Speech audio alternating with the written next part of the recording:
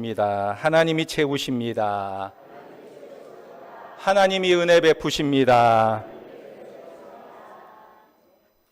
오늘 말씀은 채우시는 은혜라는 제목으로 말씀을 나누겠습니다. 오늘 가나 혼인 잔치집에 음식이 떨어졌습니다. 풍성해야 될 잔치집에 음식이 떨어지다니 얼마나 당황스러웠겠습니까? 사람들에게는 불평과 원망의 소리가 나오게 되었을 겁니다. 그런데 이상한 것은 오늘 잔치집에서는 원망과 불평 대신에 칭찬과 축복의 소리가 넘쳐나고 있는 것입니다. 아니, 도대체 무슨 일이 일어났을까요? 그 이유는 잔치집을 섬겼던 충성된 하인들 때문이었습니다. 우리 삶에도 모자람과 결핍 때문에 원망과 불평의 소리가 나올 때가 있어요. 그러나 그것이 오히려 축복과 기쁨의 소리가 되기를 주님의 이름으로 축원합니다. 그럼 어떻게 결핍된 잔치집에서 칭찬의 소리가 나올 수 있었을까? 그 이유는 말씀을 채우는 은혜가 있었기 때문입니다. 우리의 신앙의 깊이는 주님에 대한 신뢰입니다. 오늘 포도주가 떨어진 잔치집에서 하인들은 당황할 수밖에 없었어요. 포도주를 당장 어디서 만들어 올 수도 없고 포도주를 어디서 사올 수도 없는 일이었습니다. 그때 예수님의 어머니 마리아는 하인들에게 이렇게 지시했어요. 너희에게 무슨 말씀이든지 하시거든 그대로 하라. 너희들에게 무슨 말씀이든 하시든지 그대로 하라. 여기서 무슨 말씀을 하든지 그대로 하라. 이 말은 무엇을 말하고 있을까요? 그분을 전적으로 신뢰하라는 것입니다. 왜냐하면 그분은 우리보다 더 능력이 많으시고 그분은 우리보다 더 생각이 깊으시기 때문에 그렇습니다. 사실 이 마리아는요, 예수님의 어머니예요.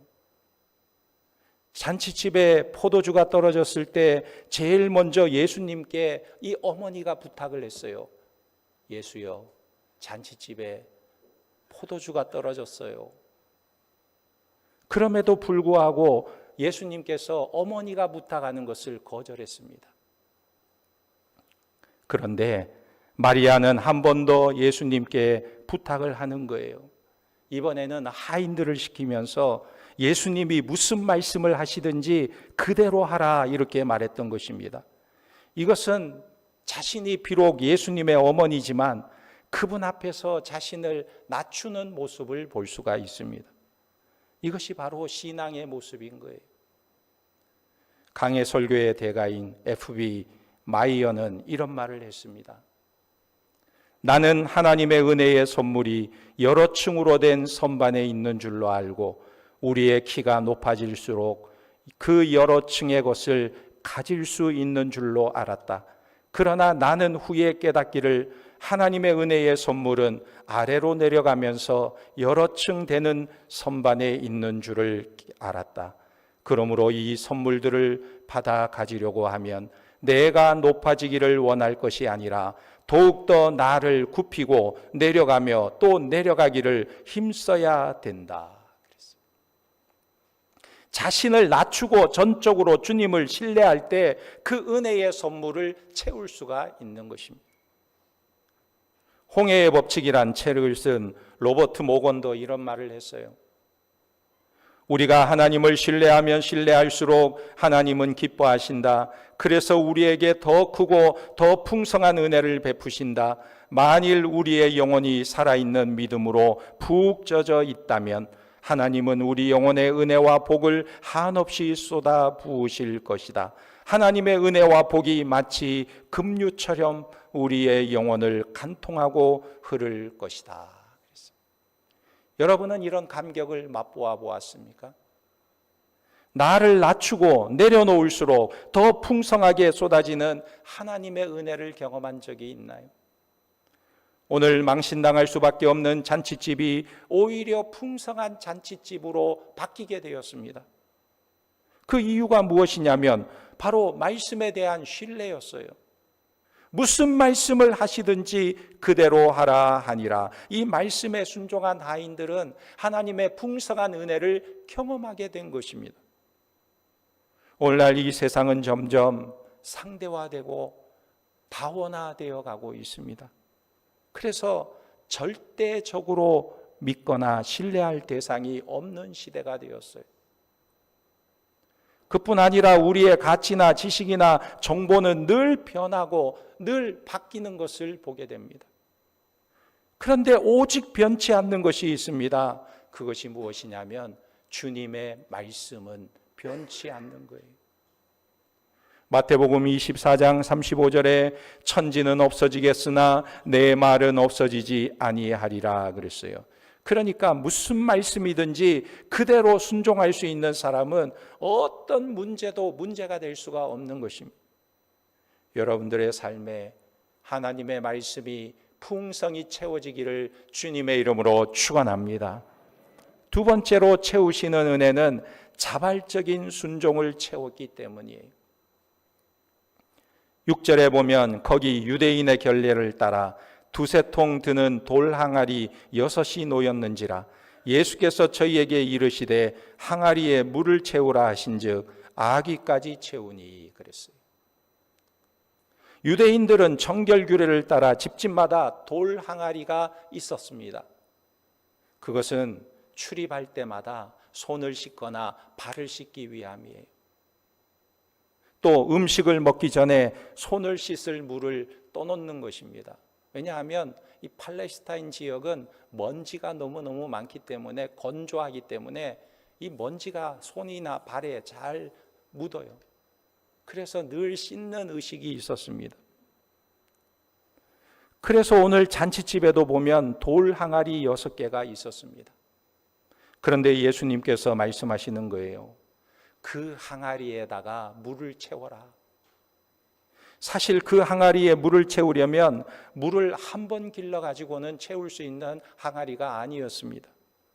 2번이나 3번 정도는 길러야 이 항아리를 채울 수가 있는 거예요. 그런데 그 집에 항아리가 몇 개가 있었습니까? 6개나 있었으니까 이 6개의 항아리를 3번씩 갔다 와서 채우려면 3, 6, 18 맞나요? 18번은 왔다 갔다 해야 되는 거예요. 그러니까 이 팔레스타인 지역에서는 물이 또 우리처럼 흔한 게 아니에요.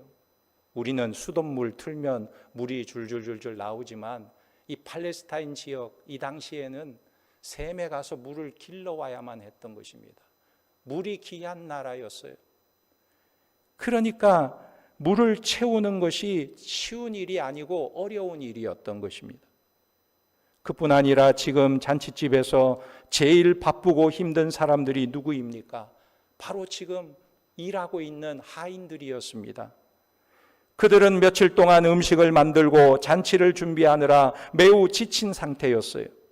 그런데 잔치 마지막쯤에 돌 항아리에 물을 다 채우라고 말씀하시는 거예요. 이거는 잔치 전에 잔치에 오는 사람들이 손 씻고 발 씻기 위해서 쓰는 물인데 이제 잔치도 마지막 무렵인데 사람들은 올 사람 다 왔는데 왜 저 항아리에다가 물을 채우라고 하실까? 마음에 아마 짜증이 일어날 수 있었을 겁니다. 그런데 이 하인들은 마리아가 일러준 대로 순종하는 것입니다. 어떻게 순종했습니까? 오늘 말씀해 보니까 물을 채우는데 어떻게 채웠을까요? 7절에 보니까 예수께서 저희에게 이르시되 항아리에 물을 채우라 하신즉 아구까지 채우니라 그랬어요. 아기까지 채웠다. 이것은 하인들이 기꺼이 자발적으로 순종한 것입니다. 자기들이 바쁘고 피곤하다고 해서 예수님의 말씀을 외면하지 않았던 거예요. 억지로 하지도 않았습니다. 그들은 기꺼이 최선을 다해 순종했던 것입니다. 열왕기하 4장 1절에서 7절에 보면 선지 생도의 아내 이야기가 나오는데 이 아내는요, 그의 남편이 세상을 떠났어요. 그리고는 집이 너무 가난해서 아이 둘이 있는데 이 아이 둘은 노예로 팔려갈 상황이었습니다. 그래서 엘리사 선지자에게 호소하는 것입니다. 그때 엘리사가 묻는 거예요. 너의 집에 무엇이 있느냐? 너의 집에 있는 것이 무엇이냐? 예, 기름이 조금 남아있기는 한데요. 그러자 엘리사 선지자가 그럼 얼른 가서 이웃에게 가서 그릇을 빌려라. 빌릴 수 있는 만큼 빌려라. 그러자 이 아내가 이웃집에 다니면서 그릇을 빌리기 시작했어요. 선지자가 조금만 빌릴 것이 아니라 빌릴 수 있는 만큼 빌려라 그랬어요. 그래서 여기저기서 그릇을 많이 빌려가지고 왔습니다. 그러자 선지자가 그 그릇에다가 너의 기름을 부어보라 그랬어요. 기름을 붓는데 놀라운 것은요, 그릇마다 기름을 붓는데 기름이 가득가득 채워지는 거예요. 그런데 기름이 언제 떨어졌을까요?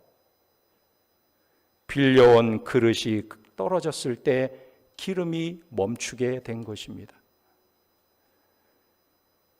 이때 선지 생도의 아내는 어떤 생각을 했을까요? 야, 이럴 줄 알았더라면 다른 동네까지 가서 그릇을 왕창 빌려올 걸.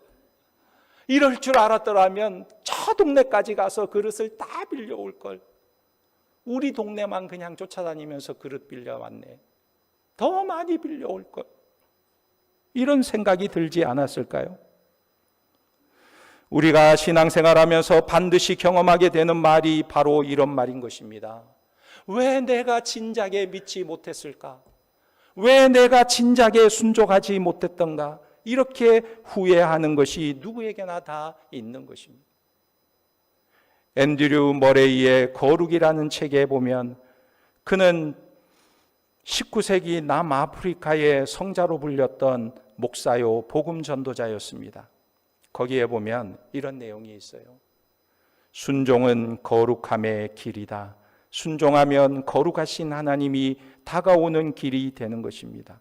순종은 하나님의 뜻을 아는 것이 아니고 그것을 인정하는 것도 아니고 하나님의 뜻을 헤아리려고 하는 것도 아닙니다. 순종은 오직 하나님의 뜻을 행하는 것입니다. 만일 오늘 하인들이 예수님의 말씀에 의문을 가지고 왜 물을 떠오라고 하실까? 손 씻을 사람 다 씻었는데 이미 잔치는 끝날 무렵인데 왜 물을 떠오라고 하실까? 왜 헛수고하게 만드실까? 이런 생각을 하고 불순종을 했더라면 절대로 저들은 주님께서 베푸시는 놀라운 기적을 경험할 수가 없었을 거예요. 재밌는 이야기가 있습니다. 어느 운전수와 조수가 트럭을 함께 타고 가는데 터널이 나왔어요. 터널을 보니까 터널 입구에 3.5m 이렇게 써 있는 거예요. 무엇입니까? 높이가 3.5m까지만 들어갈 수 있다는 거예요. 그런데 이 운전수가 내려서 자기들의 트럭을 보니까 짐을 실은 높이가 4m가 넘은 거예요.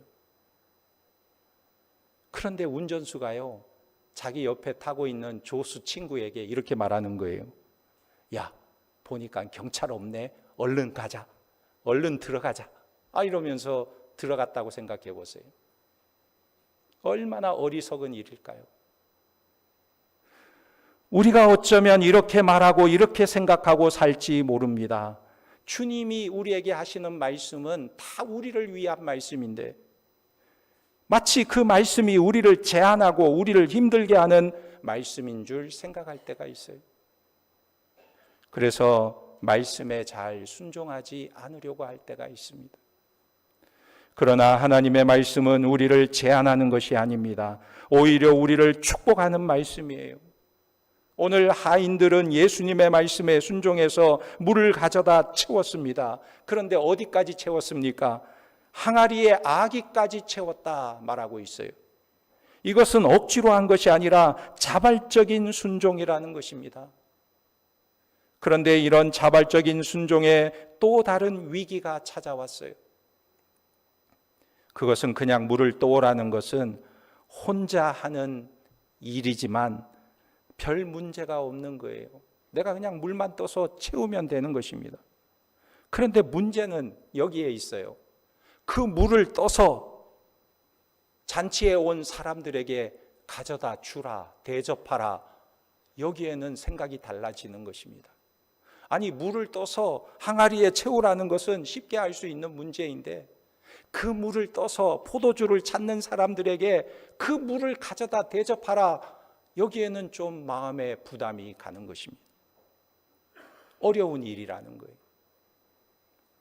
우리의 순종에 있어서도 마찬가지입니다. 사람과의 관계에 있어서 순종은 어려워할 때가 있습니다. 예를 들어서 교회 나와서 기도하세요. 그러면 내가 나가서 기도하면 돼요. 그런데 다른 사람에게 복음을 좀 전하세요. 전도해 보세요. 그러면 좀 어려워요. 사람과의 관계는 어려워하는 것입니다. 오늘 하인들에게도 물을 다른 사람에게 가져다 주는 것이 왜 어려운 일이었을까요? 그 이유는 이렇습니다. 만일 포도주를 찾는 사람에게 물을 가져다 주었다가 무슨 말을 들을까? 내가 포도주를 달라고 그랬지 이 맹탕 같은 물을 달라고 했느냐? 소리치면 어떡하겠어요? 그것이 두려운 것입니다. 그런데 사실 이것은 말도 안 되는 걱정인 것입니다. 잘 생각해 보면 예수님께서 하인들에게 하신 말씀이 무엇입니까? 그저 물을 떠서 연회장에 갖다 주라는 거예요. 이것은 그렇게 어려운 일이 아니에요. 물을 길러오라 그래서 길러왔고 그 물을 떠서 연회장에 갖다 주라, 갖다 주기만 하면 되는 거예요. 사실 어려운 일이 아닙니다. 쉬운 일인 것입니다. 예를 들어서 예수님께서 하인들에게 그 항아리에 있는 물을 떠서 포도주로 만들어서 연회장에 갖다 주라 이렇게 말하면 이건 매우 어려운 일이 될 수가 있는 거예요. 그런데 그냥 그 물을 떠서 갖다 주라 이렇게 말하는 것은 내가 순종만 하면 쉬운 일이에요. 어려운 일이 아닌 것입니다. 그런데 우리는 생각합니다. 물을 떠서 가져다 주다가 욕을 먹으면 어떡하지? 사람들이 포도주를 달라고 하는데 왜 물을 주냐고 욕하면 어떡하지? 이런 염려를 하게 되는 거예요. 여러분, 만약에 사람들이 왜 물을 주냐고 물으면 어떻게 하면 될까요? 아주 간단합니다. 예수님이 하라고 했습니다. 예수님이 물을 떠서 갖다 주라고 했습니다. 이러면 되잖아요. 예수님이 하라고 했습니다. 그런데 우리가 순종하지 못하는 이유가 무엇이냐면 주님의 일과 내 일을 혼돈하기 때문에 그래요.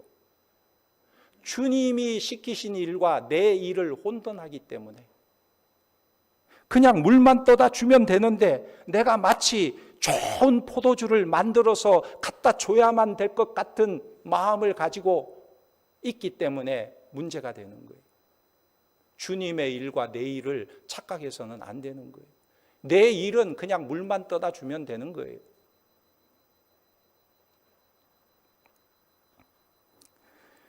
주님의 일을 내 일로 착각할 때 우리는 순종하기가 어려운 것입니다. 우리가 주님의 말씀에 순종하기만 하면 주님께서는 다 행하시는 거예요. 나머지 일은 주님께서 행하시는 것입니다. 그러므로 우리는 그분의 말씀대로 순종하면 되는 거예요. 우리가 살면서 주님의 영역과 나의 영역을 분간하고 살면 그 삶의 기대와 재미가 넘쳐나게 되는 거예요. 빌리 그레암 목사님이 집회할 때에 꼭 따라다니면서 찬양과 간증을 하는 사람이 있었습니다. 그 중에 여러 사람이 있는데 킴 윅스라는 시각장애인이 있었어요. 그녀는 한국전쟁 때 포탄이 터지는 것을 구경하다가 두 눈을 잃고 말았어요. 시각장애인이 되었습니다. 그는 어려서부터 고아원에서 자랐는데 미국 중사의 도움을 받아서 미국의 인디애나 주립대학에서 공부를 하게 되었고 나중에 오스트리아에 가서 성악 수업을 받고 훌륭한 성악가가 되었습니다. 그런데 그녀가 예수를 믿고 놀라운 간증을 하게 됩니다. 이 간증에는 꼭 빠지지 않는 내용이 하나 있어요. 그 내용이 뭐냐면 이런 내용입니다. 사람들이 시각장애인인 나를 인도할 때에는 저 100m 전방에 뭐가 있다고 말하지 않습니다. 단지 앞에 물이 있으니 건너뛰라 말하고 층계가 있으니 발을 올려놓으라 말합니다. 나를 인도하시는 분을 내가 믿고 한 걸음씩 걸음을 옮기기만 하면 나를 인도하시는 분이 성실할 때 나는 내가 가고자 하는 목적지에 도착을 합니다. 하나님이 우리를 인도하시는 방법도 이와 같습니다. 우리는 10년 후를 알지 못합니다. 20년 후도 알지 못합니다. 또 알고자 하지도 않습니다. 오늘 무엇을 해야 할 것인가를 보시는 그 하나님께 믿음으로 순종하면서 오늘을 살면 하나님은 내일을 인도하셔서 마침내 내 생애를 하나님이 약속하시고 계획하신 그곳에 도달케 하실 것입니다. 할렐루야. 우리도 단순하게 그분의 인도하심을 믿으면 풍성한 삶을 살 수가 있는 거예요. 매일매일 매 순간순간 하나님의 역사하심을 경험하게 되는 것입니다. 오늘 하인들을 보면 계산하지 않았어요. 걱정하지도 않았습니다. 사실 물을 담으라고 할 때만 해도 무슨 일이 일어날지 알지 못했어요.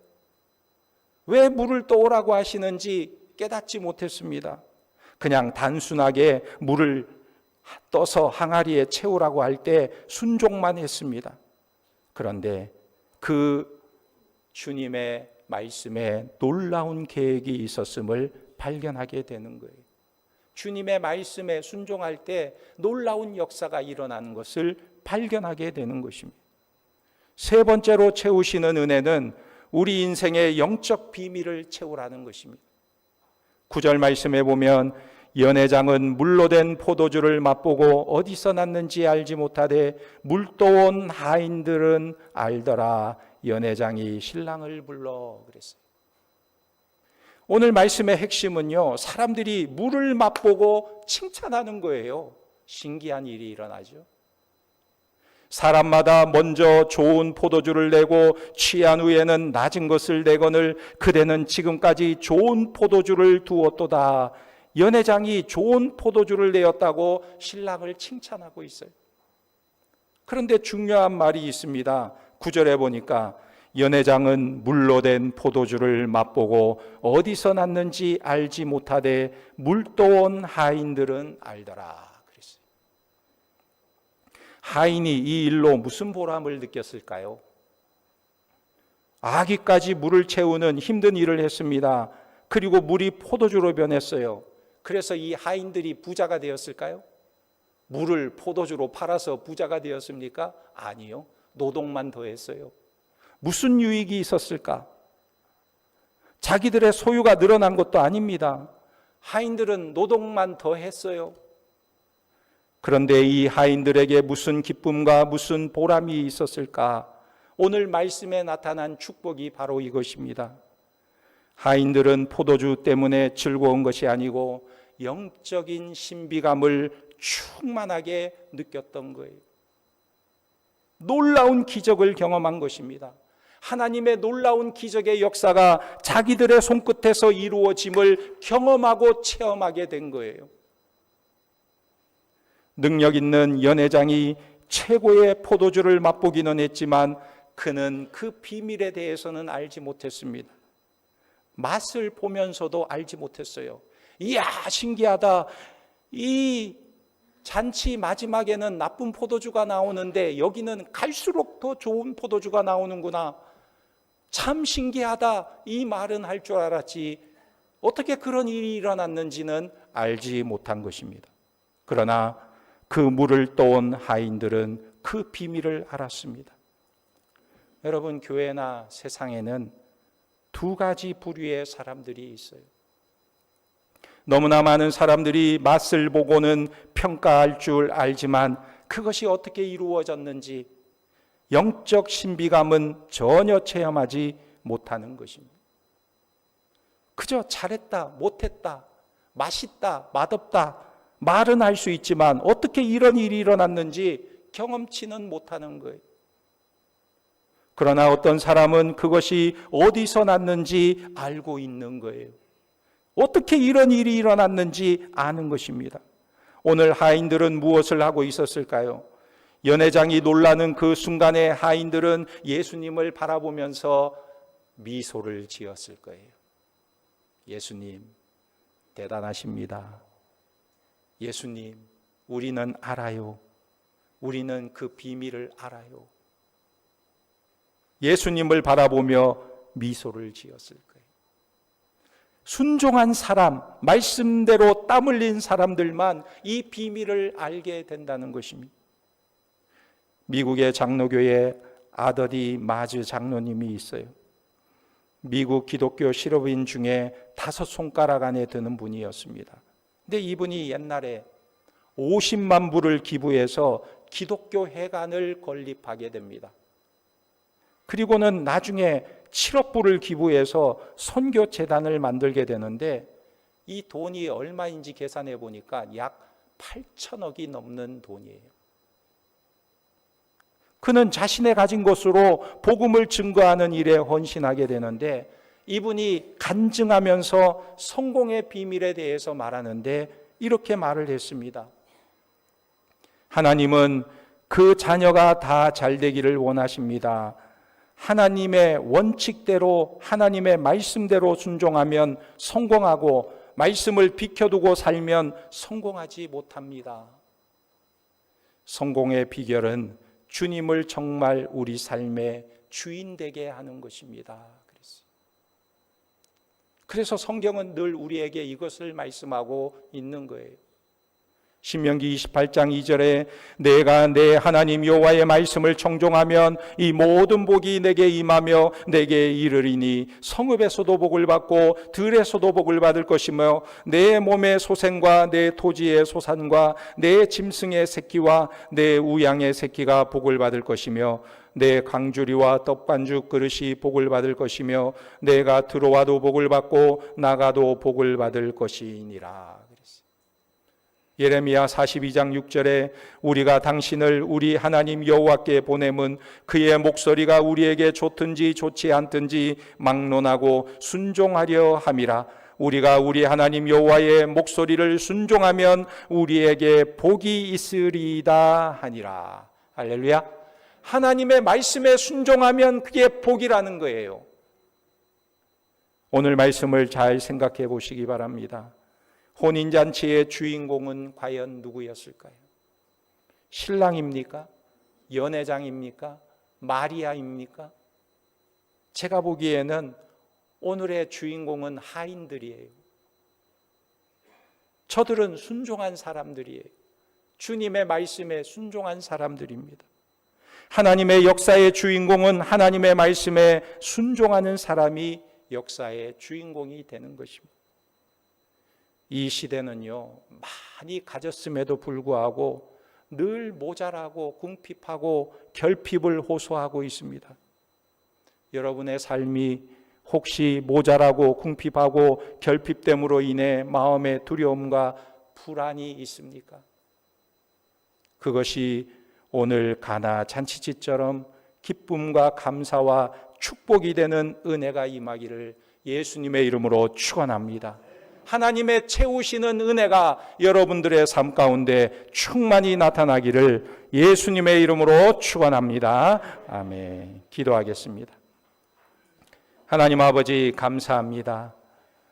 우리가 무엇이든지 주의 말씀을 신뢰하고 주의 말씀을 가까이하고 말씀에 복종하고 순종함으로 놀라운 하나님의 역사를 경험하게 하시고 하나님이 약속하신 바를 성취하며 채우시는 은혜를 경험하는 삶이 되게 하시고 영적 비밀을 쌓아가는 복된 인생들이 되도록 은혜를 베풀어 주시옵소서. 예수님의 이름으로 기도합니다. 아멘.